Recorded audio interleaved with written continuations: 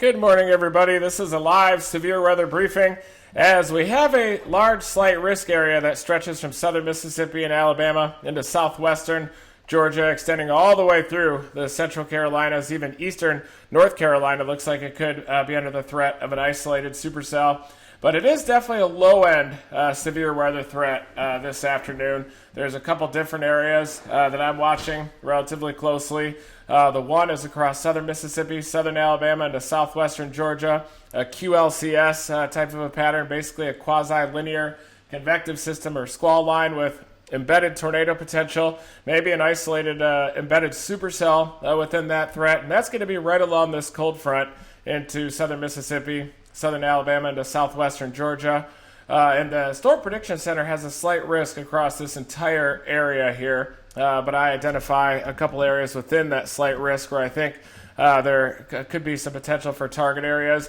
One is going to be southern Mississippi into southern Alabama, more of a QLCS pattern. There is a chance that this surging cold pool, this front, could force a little bit of some updraft motions a little further right, which could allow those mesovortices to take more advantage of the wind shear than might be identified by those traditional models. There could be just a little bit more low-level shear available for a squall line that's moving further right of the flow than individual storms would within that flow as a mean of the layer that they're embedded within. And I also think there is a chance of some isolated supercells that could develop across central South Carolina to southeastern North Carolina. There is about a 30-knot low-level jet out of the southwest above that area, about 30 knots at 3 kilometers as well. That could allow more of the traditional supercell storms to develop across that area, central South Carolina into southeastern North Carolina. But it looks like those storms are going to develop a little bit west of this area, above the cold air damming event. There is just a little bit of stable air banked up against the mountains, and it looks like most of those backed low-level winds are going to be across central South Carolina into southeastern North Carolina this afternoon between about 4 and 7 p.m. But these are my two target areas, and I'm going to be giving a speaking event to some OU students, a group of OU students this evening. So I'm debating just breaking this down through a live severe weather briefing, breaking down this setup. But you basically just have a meandering cold front, and I think that the southern end of this cold front has a potential for some QLCS tornadoes and maybe an isolated supercell across central and eastern South Carolina and North Carolina later on today, where you have more of a traditional environment for those supercell storms. And I also wanted to break down some of the data that we collected and some of the record-breaking prominent aspects of the damage surveys performed on the March 25th and the March 27 events. Here you can see the tornado to the north of Utah. You can see it embedded within that rain just a little bit toward the end of its life cycle. It popped out of the rain right here. And this was actually a pretty long track tornado. It was a wedge to the north of Utah that was embedded in the rain. Some storm chasers had video of that tornado to the north of Utah, completely embedded within the rain. Here you can see that clear slot punching in there, acting to tighten the vortex just on the north side of that clear slot. This is the RFD gust front. In that location, you've got inflow and streamwise vorticity streaming in on the north side of this tornado, and then this clear slot punches in from west to east with these easterly inflow winds coming in, and then you get the occlusion process where that air chokes off that tornado from the inflow winds, and then just continues as an occluded tornado lifting off to the east. But a well-defined, pretty large tornado, and this one was actually rated EF1, and thankfully it didn't hit any structures, mostly vegetation damage, forest country up here to the north of I-20. I saw this tornado come out of the rain with the drone. My plan was to drop south to Greensboro, Alabama to intercept a long track wedge, but I wanted to see what this storm had underneath it first. And then when I saw this large cone in there, I was collecting infrasound data. There was a tornado in progress. I decided to go down Interstate 20 and try to intercept this tornado, and that delay by about 5 or 10 minutes caused me to miss the Greensboro, Alabama tornado, even though it was obvious that that storm was becoming dominant. But oftentimes when you get these pairs of supercells that form, sometimes the northern one will become dominant, and it'll kick out a rear flank downdraft that can act to choke or interfere with the storm off to the south. But sometimes if that southern storm can get out a little bit ahead of the northern storm, then it can become dominant and then indirectly sap out the energy of the northern storm. I think that in this case, though, the northern storm was tracking along the same damage path of that earlier long-tracked tornado that was rated EF3 that went through southeastern side of Birmingham, continuing off to the northeast, and that was actually a deadly tornado, sadly, or the next tornado that touched down from that supercell to the east of southeastern Birmingham. But we did collect some infrasound data inside of these tornadoes using the subsonic sensor, and I'm going to try to break that down also during this live briefing, if I can remain focused on it. And here is the subsonic data that we collected just to the south of the Utah EF1 tornado. And what you're looking for are these low frequency infrasound data, basically waves that are below the frequency of sound, and you can see these horizontal lines located right here within the data set. This is actually Rayleigh scattering, a Rayleigh distribution here across a large number of frequencies, the lower frequencies and the higher frequencies. That's caused from wind over the subsonic sensor, and that can act to mask out that infrasound signal just a little bit. And that's why the subsonic sensor works best in these quiescent or calm environments. That's because it can resolve the infrasound signal. So then you are able to see these horizontal lines within the data set that are in the lower frequency range. Here on the y-axis, you can see the frequency. These lower frequencies are more of the infrasound data. And that's how we're looking way in the low end. These are in hertz here. So this is on the order of 1 hertz to 0.50 hertz. And one thing that we notice is that the mesocyclones seem to result in a little bit lower frequency of an oscillation, and then the higher frequency oscillations are reserved for those more compact circulations. So this lower frequency oscillation shows quite a large mesocyclone in there, and it was a tornado producing mesocyclone as well. This right here is called a Stockwell transform. Basically allows you to resolve this data a little bit better within time. This transform up here that transforms the data into a time versus frequency distribution. This is called a fast Fourier transform here, and allows you to see these horizontal lines before the wind picks up over the sensor. So this one had an RFD, basically some stronger westerly winds over the subsonic sensor, causing this basically blowout of the signal, allowing us to really not see and the infrasound signal continue there. But you can see, in general, an intensification of that infrasound signal, showing that the tornado is getting a little bit closer to our deployment location with time. And I'm also going to break down some of the damage survey as well from that March 25th event. One of those tornadoes was on the ground for over 80 miles, and it became the 7th longest track in recorded history in the state of Alabama. And here's the result of those damage surveys from the hard work of National Weather Service personnel out of the National Weather Service Birmingham. Here you can see the EF1 tornado just to the north of Utah. This is the one that we collected the infrasound data on. This right here is a long track, multiple EF3 tornadoes. So this storm here produced 3 EF3 tornadoes. This was the initial supercell. Definitely could have gotten on this. I was watching that supercell out of the Columbus, Mississippi area, and watched that lift off just to my east and rapidly matured into a supercell, moving over the southeastern side of Birmingham, causing EF3 damage. Up here of the Waxahachie tornado, that was a deadly tornado up there. Sadly, 5 people lost their lives to that EF3 tornado. And then later on in the day, we had the development of the dual supercells, one of which was heading right in the direction of Tuscaloosa along I-20. That was just to the north of the Utah area. That was an EF1 tornado. We sampled that with the infrasound data. That was the infrasound that I just showed you. And then I was going to observe this storm, see if it had a tornado on the ground, and then drop south to Greensboro and intercept this tornado. That was an EF3 wedge tornado. Got up to a path width of 1.3 miles wide. It was on the ground for just over 80 miles as the 7th longest track tornado in Alabama recorded history. Then after I observed, tried to catch that tornado in Brent, I could see the backside of it was blocked by tree damage there just on the southwest side of Brent.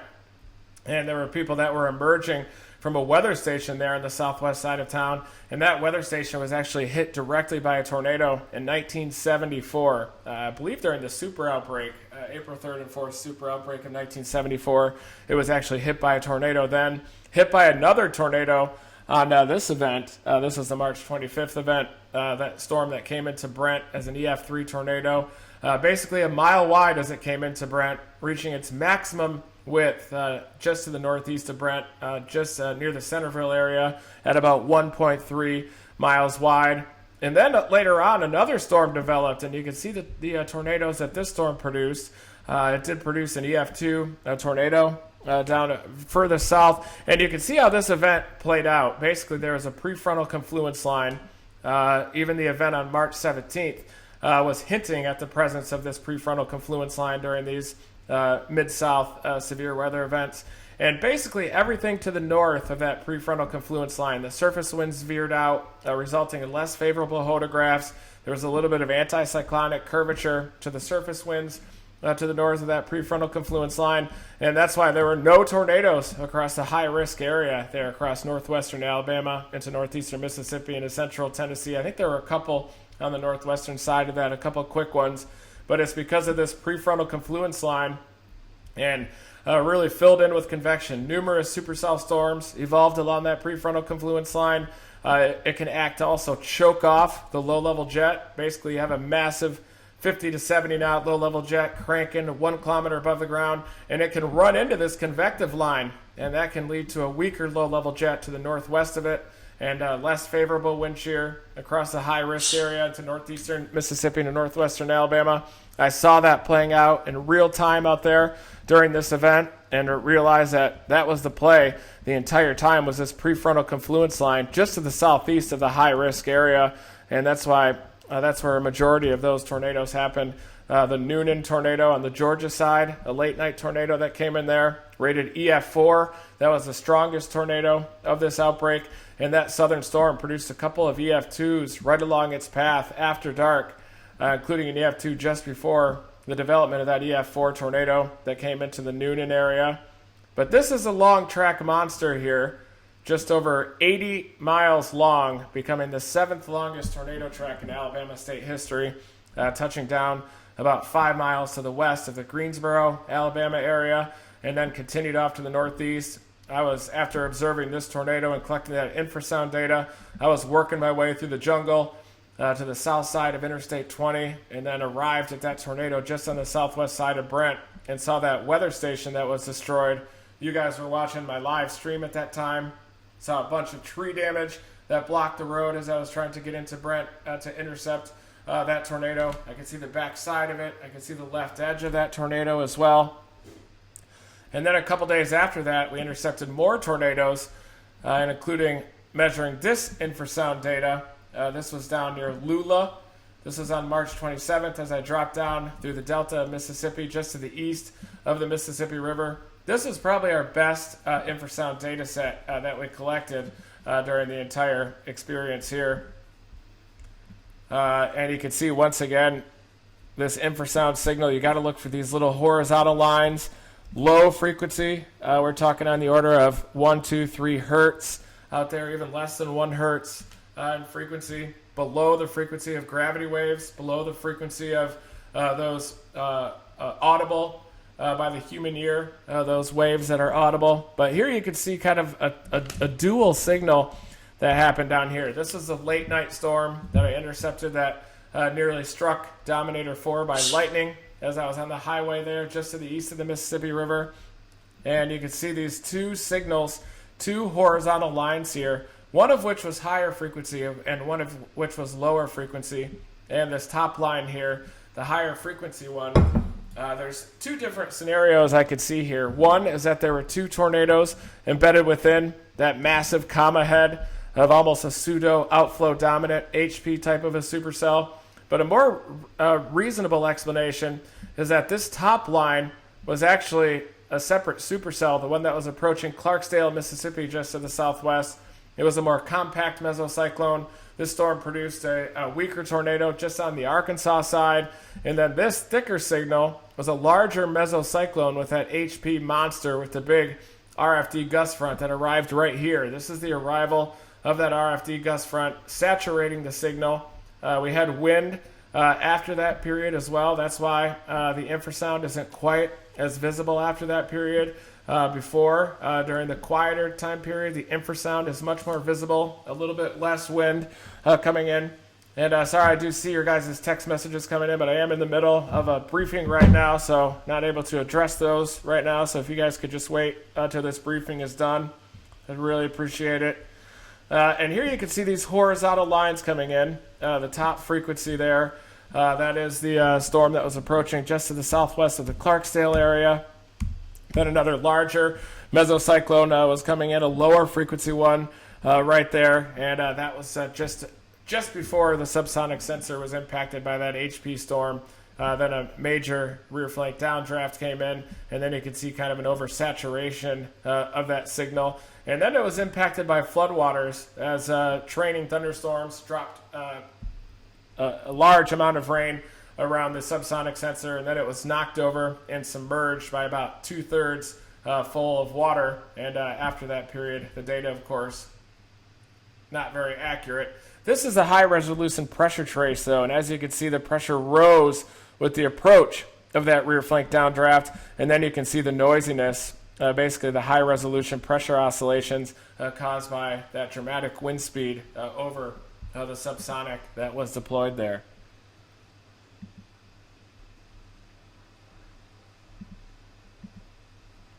And those path lengths, this is from the National Weather Service Birmingham.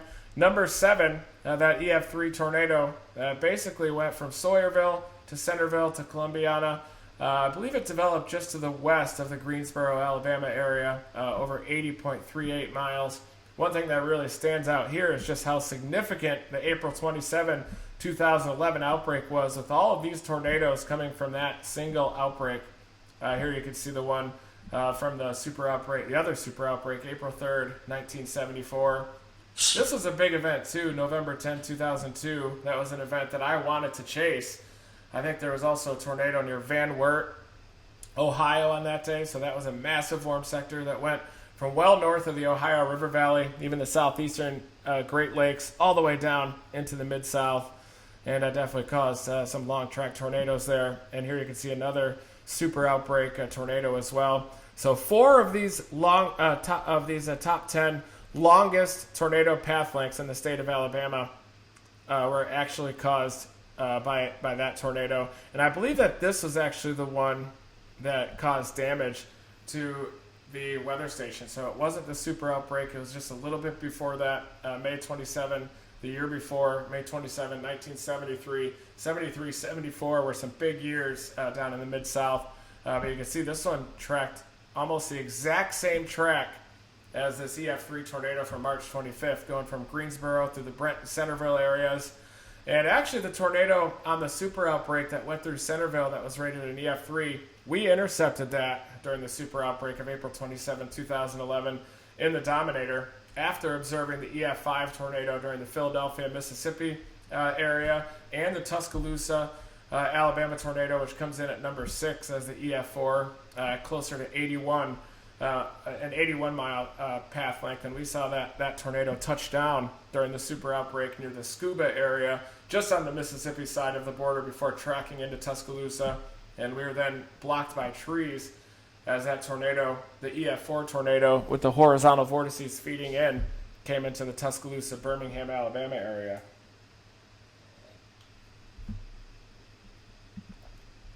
And here is some of that damage from the Brent area from the March 25th tornado, as it was a mile wide. You can see extensive tree damage out there. A lot of damage to the homes as well across this rural area. And this was a mile wide when it came into Brent, and then expanded to 1.3 miles wide just to the northeast of there. Classic Mid-South damage here with these trees snapped off just above the ground. Very sad sight to see here. But also a miracle that this tornado caused no loss of life as it tracked from Greensboro through the Brent area, through Centerville, eventually to the northeast of there, throughout its 80-mile path length. And interestingly, the tornadoes down in the Mid-South don't seem to get quite as large as those tornadoes like El Reno that was approaching 2.5 miles wide in 2013. The Hallam, Nebraska tornado that was over 2 miles wide as well in 2004. It seems like in the Great Plains, those mega-wide tornadoes are more possible. And I think that has to do with kind of the orientation of the shear, increased contribution from directional shear to those storms, slightly slower paths as well. Often those tornadoes will turn off to the north, giving it what appears to be a larger path width than it probably was. I think that also plays a role in there. But also that in Dixie Alley, a large contribution to the low-level shear is from speed shear. Basically, imagine like a 10-knot southerly surface wind and then a 50 to 60-knot low-level jet just above the ground out of the same direction. That contribution of low-level shear is mainly from speed shear. And you also get very strong mid- and upper-level winds that lead to faster storm motions, more of these straight-line paths. You get less curvature to the path that you often will get in the Great Plains and the High Plains as those tornadoes will mature, slower storm motions. You get more directional shear, more southeasterlies in the low levels that can act to also lead to slower storm motions. Greater storm relative winds in the mid and upper levels of the atmosphere as well could make it possible to have those much larger tornadoes. But just absolutely horrible damage out there across those tornadoes. And we surveyed throughout that 80-mile path from Greensboro through the Brent, Centerville areas. So far this morning across central Alabama, the threat is mainly flash flooding from these storms moving over the same area. Flash flood warnings are in effect for Tuscaloosa and Birmingham with these training storms. This is the Radar Omega app here. Looks like most of the heaviest rain is now moving back into the Birmingham area as well. That flash flood warning goes until 11:45 in the morning, and it was issued at 8:40 a.m. Central Time, so issued about 20 minutes ago. Flooding of small creeks and streams out there, potentially life-threatening flooding too. I have seen some photos from the Hamilton, Alabama area with some pretty dangerous flooding out there. Jefferson County, Pickens County, Tuscaloosa County in Alabama now has those flash flood warnings. And gradually you're going to see thunderstorms develop during the afternoon right along that frontal boundary as it sags into southern Alabama. And eventually you could start to see the development of mesovortices or QLCS tornadoes within that squall line as it sags into southern Alabama. They're eventually extending into southwestern Georgia. But I think that the greatest threat for an isolated supercell or two is going to be in central South Carolina, maybe ahead of this evolving line. But this definitely has a look of mainly a flood producer, this storm, with most of the wind being parallel to that frontal boundary across central Alabama into central Georgia. Maybe central South Carolina also could have a couple of those renegades. Let's look at the RAP model now.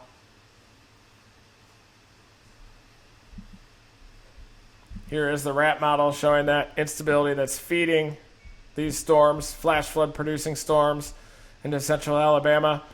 And you have this pocket of stable air too to the east across southeastern Alabama, covering a large part of Georgia into South Carolina as well. But there is some moisture that's going to come ashore from the Atlantic side that could reach into central South Carolina and southeastern North Carolina.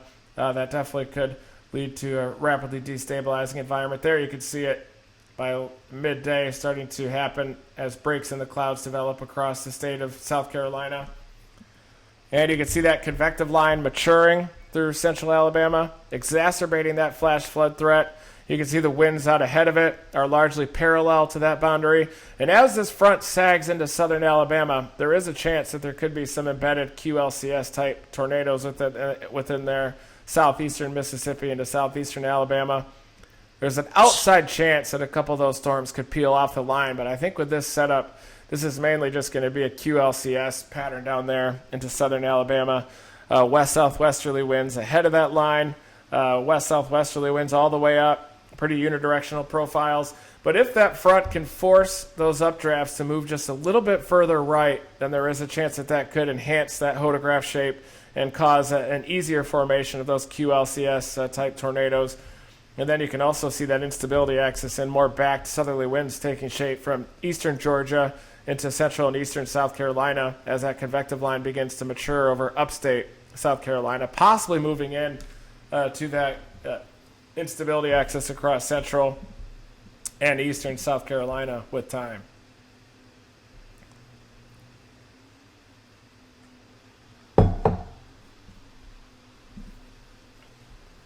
Going to break down the HRRR here. The reason why I think that there is a slightly better chance for more traditional supercell structures in central and eastern South Carolina is because of the presence of this low-level jet at about 30 knots, a kilometer up to 3 kilometers. You have a pretty decent low-level jet across central and eastern South Carolina into southeastern North Carolina here. So if any storms can develop within this environment, they will have a chance to become more of your traditional supercell storms here. But down further southwest, you can see quite a bit of a weaker low-level jet, and it is parallel to that convective line a little bit more. I'm thinking here in central South Carolina, there could be some storms that even develop out ahead of the convective line. But back into southern Alabama, where you have those better dew points, decent deep layer shear, so there is quite a bit of bulk shear out there. And there's your 0 to 3 kilometer EHI showing that greater instability down here. Also depicting a slice of that better bulk shear, more favorable for those QLCS type tornadoes. You can click on a forecast sounding out here. Kind of some skinny hodographs, relatively straight line, southwest to northeast. Not much of a low-level jet into that 30 to 40 knot range, leading to a relatively straight line hodograph. But you do have abundant moisture at the low levels there. Quite a bit of cape as well. But you can see these southwesterly winds, westerlies even at 3 kilometers up there, mainly supporting that QLCS type of a regime. Pretty good bulk shear though. You've still got 40 to 50 knot winds at 500 that are parallel to that frontal boundary, and then you've got the nose of the jet streak punching into central South Carolina. And we'll have to see if that's going to be enough to initiate those renegade storms across central South Carolina into southeastern North Carolina or not.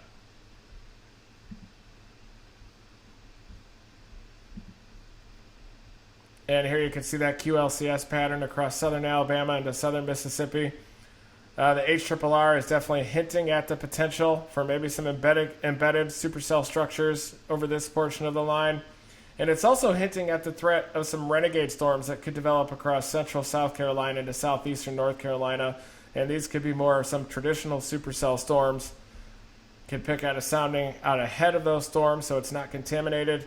And you do have just a little bit more favorable of a hodograph shape. You can see it just below my head there.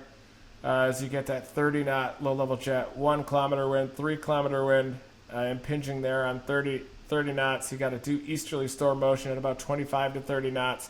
So there is a little bit of non-zero low level storm relative helicity there within that hodograph curve, given that basically do easterly storm motion at about 25 to 30 knots. And quite an abundance of low level cape out there as well into central South Carolina. And a little bit more directional shear. See how we go from due south up to southwesterly and then eventually up to westerly aloft. Quite a bit of cape in there too. Some pretty steep lapse rates in the lower levels in the lowest 3 kilometers.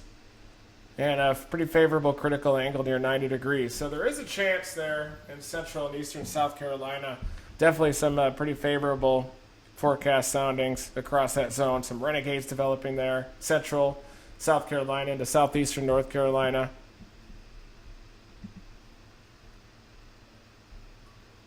And the HRRR is showing this dew point hole across central and southern Georgia, basically peak mixing out there of that shallow moisture. And that's why I have those 2 target areas. You've got a lot of anticyclonic curvature to the low level flow.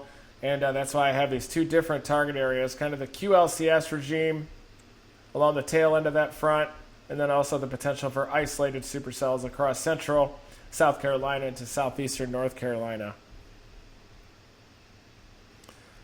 So that's my breakdown today. I think that the best chance for more traditional supercell storm is going to be across central South Carolina into southeastern North Carolina. and then also a QLCS regime across southern Alabama, southeastern Mississippi, into southwestern Georgia there along the front, as that front sags into that deeper instability across southern Georgia, or across southern Alabama, southern Mississippi, into southwestern Georgia.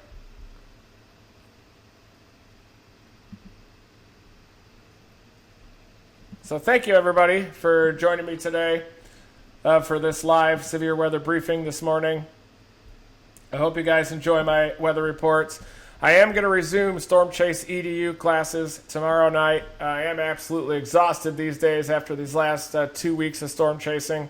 I was going to try to do Storm Chase EDU classes, Storm Chase at the same time, live stream 18 hours a day, do the subsonic sensor, deploy the subsonic, show you guys the subsonic, but I realized that it was just too much and that I need to do the Storm Chase EDU classes during periods when I'm not storm chasing. But I do plan on resuming classes tomorrow evening at 7 p.m. This evening I do have to give a talk to a group of freshman meteorology students on research and private research and crowd-funded research and the direction that I'm going with social media, made possible by you Facebook supporters as well. And then I'll do a class tomorrow evening for Storm Chase EDU. I'm also trying to catch up with my paperwork, pay the bills as well. I get my Subaru fixed tomorrow morning, getting the axle fixed on the front end of the Subaru, and we're also doing these Dominator weather stations as well, building those live streaming Dominator weather stations that you're going to see a post about later on today. Research grade live streaming weather stations, roof mounted stations are coming very soon. So thank you, everybody, for joining me for this morning weather report. Many more to come. Never stop chasing.